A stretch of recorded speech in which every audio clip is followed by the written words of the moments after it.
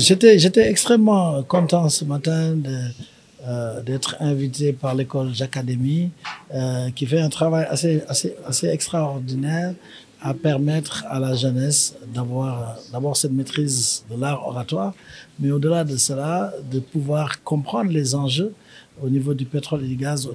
Et donc, j'étais particulièrement content de pouvoir échanger avec tous les jeunes qui étaient là aujourd'hui. On a eu la chance même d'avoir 3 bacheliers qui ont eu des mentions très bien au bac de cette année. Et donc, c'est de ça qu'on a besoin, que cette jeunesse comprenne les enjeux du pétrole et du gaz. Et donc, on a eu des échanges très fructueux. Donc, je suis vraiment ravi d'avoir pu échanger avec les jeunes. Je pense qu'ils ont compris l'essence de l'article 25, qui, encore une fois, dit que les ressources naturelles appartiennent au peuple. Donc, l'exploitation de ces ressources naturelles doit améliorer le bien-être des Sénégalais. Donc, les messages sont bien passés et donc, je suis très content d'avoir passé cette matinée avec eux. J'encourage Jacqueline, mon amie de plus de 50 ans, donc ça veut dire quelque chose. Je la connais depuis qu'elle est toute jeune. Et donc, toute l'équipe de cadets que je ne connaissais pas, mais qui est quand même une organisation qui mérite d'être connue. Ce sont des jeunes qui veulent travailler à améliorer le bien-être des Sénégalais de manière générale, une bonne compréhension de tous les leviers sur lesquels ils peuvent jouer est importante pour pouvoir vraiment jouer leur partition dans le développement du pays. En fait, disons que c'est la journée la plus visible, mais on organise ça depuis 1 an. Tous les mercredis et les samedis, en fait, J'Académie offre aux jeunes Sénégalais des sessions gratuites de formation, gratuites, pour leur permettre d'accéder, en fait, aux plus grandes ressources humaines de ce pays en termes de rencontres, d'échanges et d'interactions. Donc, le mouvement Le Cadet, qui est ce mouvement aujourd'hui qui anime vraiment l'école en termes de contenu, a aussi voulu inviter M. Manar Sall pour simplement l'ingénierie sénégalaise et pour montrer que les exemples sont d'abord des exemples de chez nous et qu'on peut s'en inspirer pour faire de grandes choses. Le pétrole étant à l'ordre du jour, je pense qu'il était important aussi qu'on puisse apporter des réponses à ces questions que tous les jeunes Sénégalais se posent, parce que l'avenir leur appartient. Il est bien normal qu'on les outille pour qu'ils puissent l'appréhender dans les meilleures conditions. Vous savez, au Cadet, on a une philosophie, c'est qu'il faut proposer des alternatives dans la réflexion et dans l'action.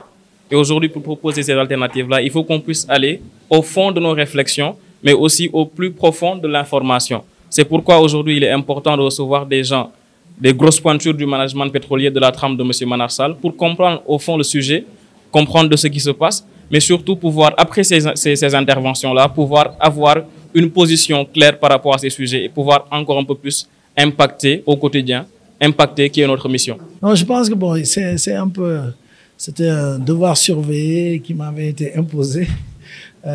Mais encore une fois, comme j'ai eu à le dire, les jeunes ont besoin de savoir ce qui se fait au niveau de l'exploitation du pétrole et du gaz. L'avenir de ce pays-là, c'est la jeunesse. Je pense qu'on le sait tous.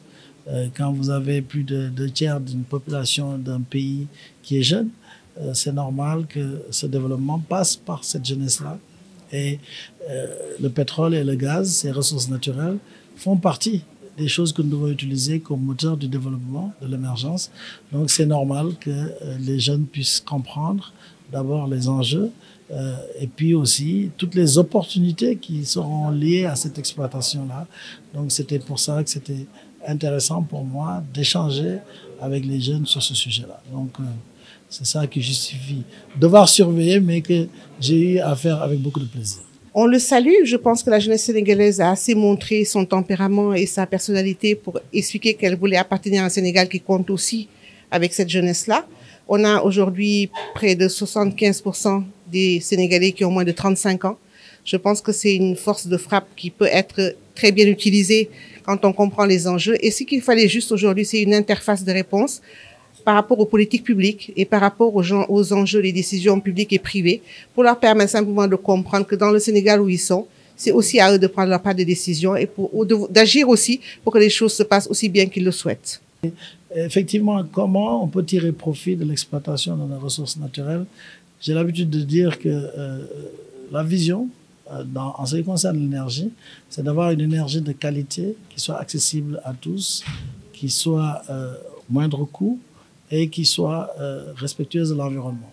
Pour faire ça, Si on a une énergie de qualité à un coût moindre, forcément, on aura une plus grande industrialisation. Si on a une plus grande industrialisation, on a plus d'emplois. Si on a plus d'emplois, on a plus de consommation. Si on a plus de consommation, on a une économie qui est plus forte.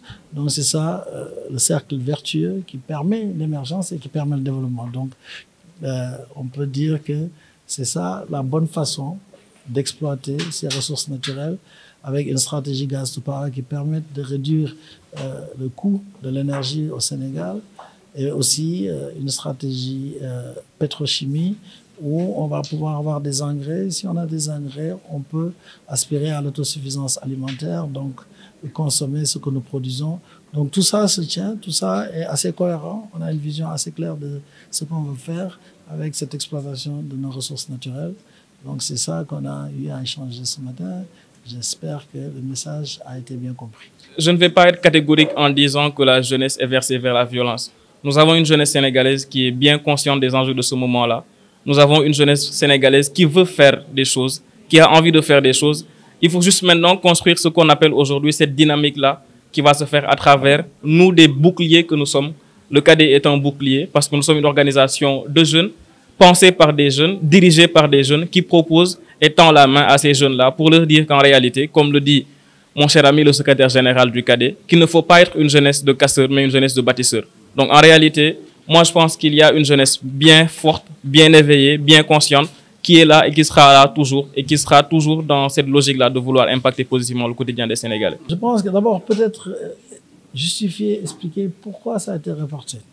Ça a été reporté parce que d'abord quand vous faites un planning prévisionnel sur, vous avez décidé de faire l'investissement et maintenant vous dites voilà où on sera en termes de développement. Mais comme on le sait tous, il y a Covid est passé par là. Donc ça a impliqué, ça a impacté dans le développement de ce projet-là. On a un gros bateau, vous en avez entendu parler, FPSO, qui devait être fait en Chine, etc. et assemblé dans un autre pays, à Singapour, etc. Donc au moment de l'assemblage, forcément, des fois, on a des délais dû au fait que la tuyauterie ne s'enclenche pas comme on le voulait. Et donc, ça a impacté globalement le projet qui restera quand même dans un délai qui sera raisonnable puisqu'on parle de quelques mois de report. Qu'est-ce que ça va impacter? Oui, il y a eu quelques prévisions en termes de recettes budgétaires, d'argent qu'on espérait, mais heureusement, c'était prévu pour la fin de l'année. Donc, un mois d'exploitation ne peut pas changer fondamentalement le budget du Sénégal. Donc, l'impact est insignifiant. Je pense que si on a eu à écouter ensemble l'intervention de M. Manar Sall, il nous parlait en quelque sorte d'un système aujourd'hui qui formate des jeunes à pouvoir être employés. Maintenant, les chiffres ne mentent pas. Aujourd'hui, par exemple, au Sénégal, il y a une disproportionnalité entre les emplois disponibles et la demande en réalité. Donc, forcément, s'il y a une disproportionnalité entre les emplois qui sont disponibles et la demande d'emploi, il y a le chômage. Donc, pour pallier à ces politiques-là, il faut que, moi je pense, nous sommes à l'ère où le gouvernement, ceux qui dirigent, ceux qui ont les politiques publiques en place, doivent regarder vers ces organisations que nous sommes à travers les politiques que nous proposons pour pouvoir les soutenir et enfin comprendre que les projets de développement de la jeunesse se feront avec la jeunesse, mais aussi par des projets pensés par la jeunesse.